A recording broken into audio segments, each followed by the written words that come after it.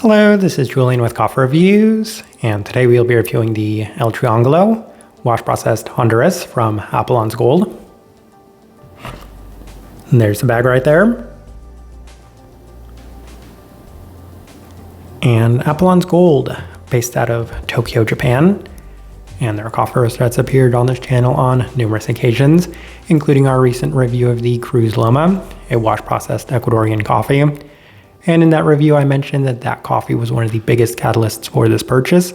However, this coffee was actually the biggest catalyst for this purchase, as I've been wanting to review the El Triangulo coffees for a number of years now, having had some samples from Manhattan several years ago.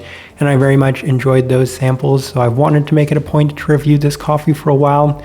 So I'm definitely looking forward to finally getting that opportunity, as this right here is day 75.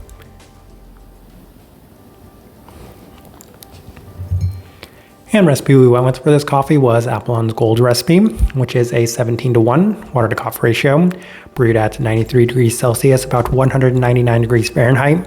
And I like this one best through the V60, which indicates a more medium fine grind. Roast profile for this coffee. We have gone through the roast profile of Apollon's Gold's coffees in pretty extensive detail, as it has been a pretty extensive talking point in our Apollon's Gold review.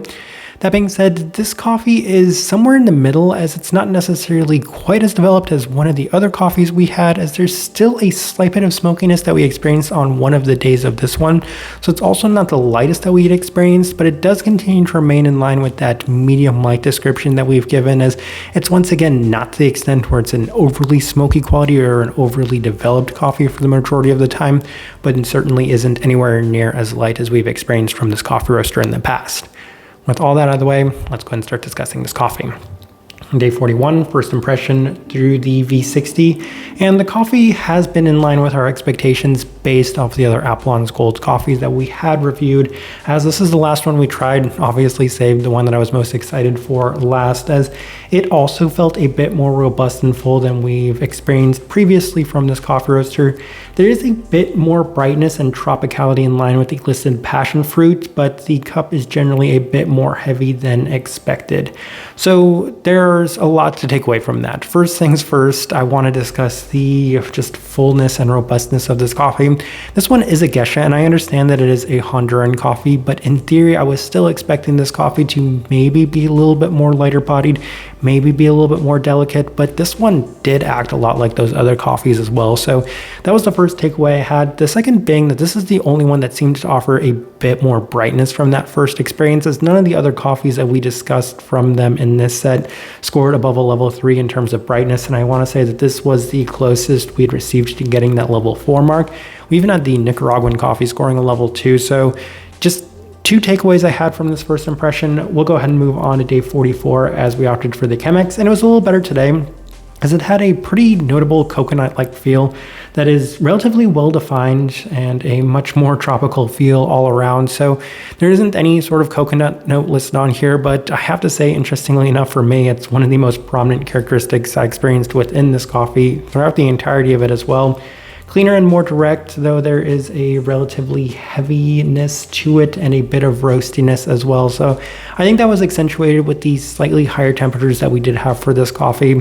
That seemed to be the trend with these Apollon's Gold coffees. Anytime we did have them at 96 degrees Celsius or above, 205 degrees Fahrenheit or above our standard recipe, that's when we experienced a little bit more of those roasty qualities. So toning it down did seem to help mitigate those. And on day 50, we went to the V60 with Apollon's Gold's recipe. And the coffee's been consistent with a pretty prominent bit of the coconut-like attribute, still prominent within this coffee. And interestingly enough, when I get peachy qualities in coffee, sometimes I can experience that coconut as well. So that seems to be the case with this coffee. It's still surprisingly robust for being a geisha, one of the first things I highlighted with this coffee, but it's clean otherwise with plenty of texture. Again, it's been interesting with these Apollon's Gold coffees and much more of those traditional Central American characteristics. So in terms of the overall big picture of the coffees that we're reviewing from them, all these characteristics seem to be consistent along all four of those coffees. A little bit more texture, a little bit more traditional, and a little less brightness, and overall a little bit less intensity in terms of the fruit profile. So just consistent, I guess, in terms of that overall. We move on to day 53 as we opted for the Chemex with Apollon's Gold recipe, and it has continued to skew a little bit more in that coconut-like direction, but it's also offering a little bit more of the listed lavender, so this is the most floral experience I had had from any of those 4 coffees as well. Still a little robust, but better defined fruit and floral qualities today, so it's the best experience I'd had of any of these coffees up to this moment. Day 56 through the V60 with Apollon's Gold recipe, and there are more struggles to this one as it's a bit more generic this time around, which has been something that we've gone through with every one of the other coffees as well. Oftentimes they can feel a little bit more of a generic coffee-like feel to them. It is offering some, well, it has dropped off ever so slightly today, so didn't necessarily enjoy this day, and for whatever reason, I guess that would be 6th brew of this coffee, that has also been weirdly inconsistent among these coffees, as some of them just seemed to have a less impressive day the 6th time we had brewed it, also weirdly consistent. Go ahead and move on to day 59 as we opted for the Chemex with Apollon's Gold recipe, and it's fine once again, as it's continuing to not really act like a geisha coffee, so it's not as clean as I'm expecting, it's not as light-bodied as I'm expecting, it's not as defined as I'm expecting, it's not as fruity as I'm expecting, it's not as floral as I'm expecting, rather a much more fruitier Honduran feel, and that's maybe the best way I could describe this coffee is think of a traditional Honduran coffee, but give it a little bit more fruit intensity, and that's just kind of the best description I have for this coffee at this time. Day 62 through the V60 with Apollon's Gold recipe, and interestingly for me, the coffee never ended up hitting the heights that I was hoping for, as it does continue to remain slightly more fruity, a slight bit more traditional in terms of those Honduran characteristics. Geisha characteristics are present in terms of a slightly cleaner floral and citric quality, but neither are necessarily particularly high or overly well defined for what it is. All right, let's go ahead and put up the tasting wheel so you can see what we're getting. And of the tasting wheels that we're discussing from Apollon's Gold, this is the one that looks the most normal, as in theory, this tasting wheel looks the way you would expect the majority of the coffees that we review to look, maybe with the exception of the smokiness, but let's go through it. We'll start with the cleanliness level 4. Of the coffees that we're discussing from Apollon's Gold, this one's definitely the cleanest. It definitely had the most well-defined profile to it. Interestingly enough, the Fabian Lomas, the Sidra coffee that I shouldn't have liked, it had a better defined profile than either the Nicaraguan or the Cruz Loma, so that's to say that this coffee was just a little cleaner than that one. That one seemed to be the one most void of any smoky or roasty qualities to it, but this one right here, just the cleanest, mostly because of the definition that it did offer in terms of the floral and fruit profiles of this one.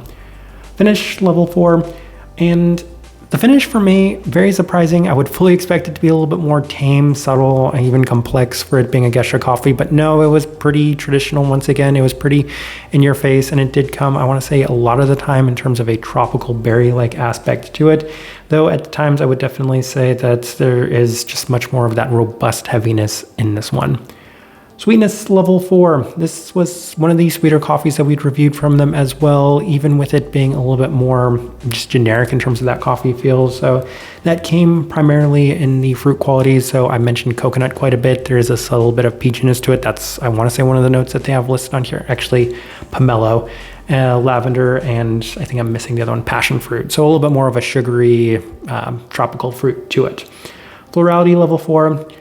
Lavender, definitely one of the more well-defined qualities within this coffee, and it's probably the best and most well-defined quality of any of the coffees that we're reviewing from them in this set. That and the coconut-like attribute, which we'll go to next, berry fruit level 4. It's a much more tropical berry quality to it, so not just in terms of that, but the passion fruit that they have on here. So that's where that completely falls in line with this one. Citrus fruit, level 4. I can see some ever subtle lemon citric qualities to it, and I mentioned that it's a little bit more of a citric tropicality as well, so that passion fruit again. So that's why we opted to put it there at that level 4 mark.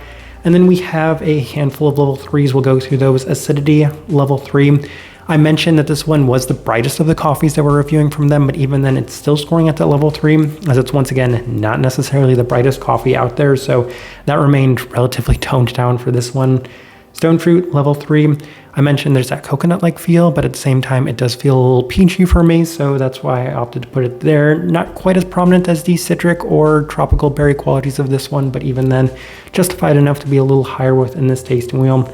Body level 3, that was the biggest surprise of this coffee for me going into it, because all of the coffees that we reviewed from them did have a little bit more body and texture in general. So I thought, given that this was a Gesha coffee, even though it was a Honduran coffee, it would score a little lower than that. And then the final thing worth discussing, the smokiness at the level 2. Once again, when making this tasting wheel, I said it's prominent enough to the point where I feel like it's worth charting within this tasting wheel, because it's not necessarily void of the much more developed qualities within this one. So I felt the need to highlight that. But as I'm looking at this tasting wheel, I do think it is a pretty good representation of what I was getting from this coffee. All right, so my overall thoughts and impressions of this coffee.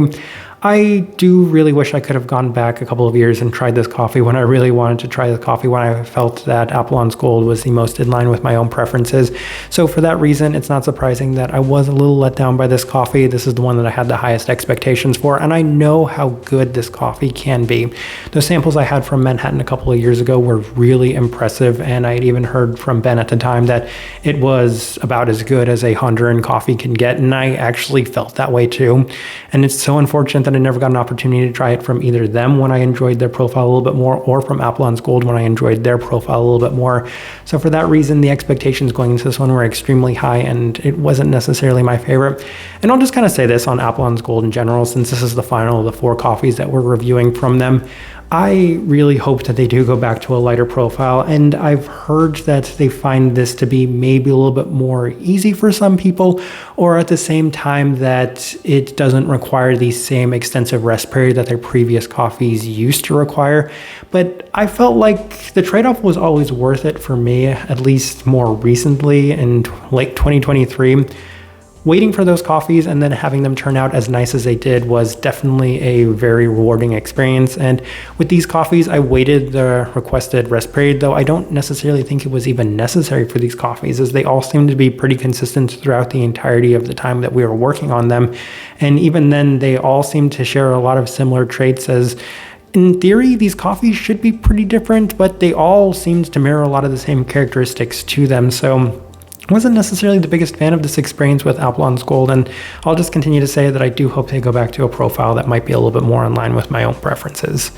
Type of person I would suggest this coffee to, this one might be the most tricky recommendation, because it's at a very weird crossroad between a much more traditional coffee, at the same time a Gesha-like experience, because it still does have that nice level of clarity, it still does have that florality, and it does have a pretty interesting fruit profile to it. But at the same time, all of this feels a little bit more full, a little bit more robust, and a little bit more traditional. So if there's somebody out there that likes that mix between the two qualities, then this one could be a pretty interesting experience. But that's kind of the best direction I can point somebody towards on this one, and also the best way I can leave this review. If you by chance had an opportunity to try this coffee, I'd love to know your thoughts and impressions of it as well. Enjoying the content, give this video a like, subscribe if you're not already subscribed. This right here has been a review of the El Triangulo wash processed Honduras from Apollon's Gold. Thank you for watching.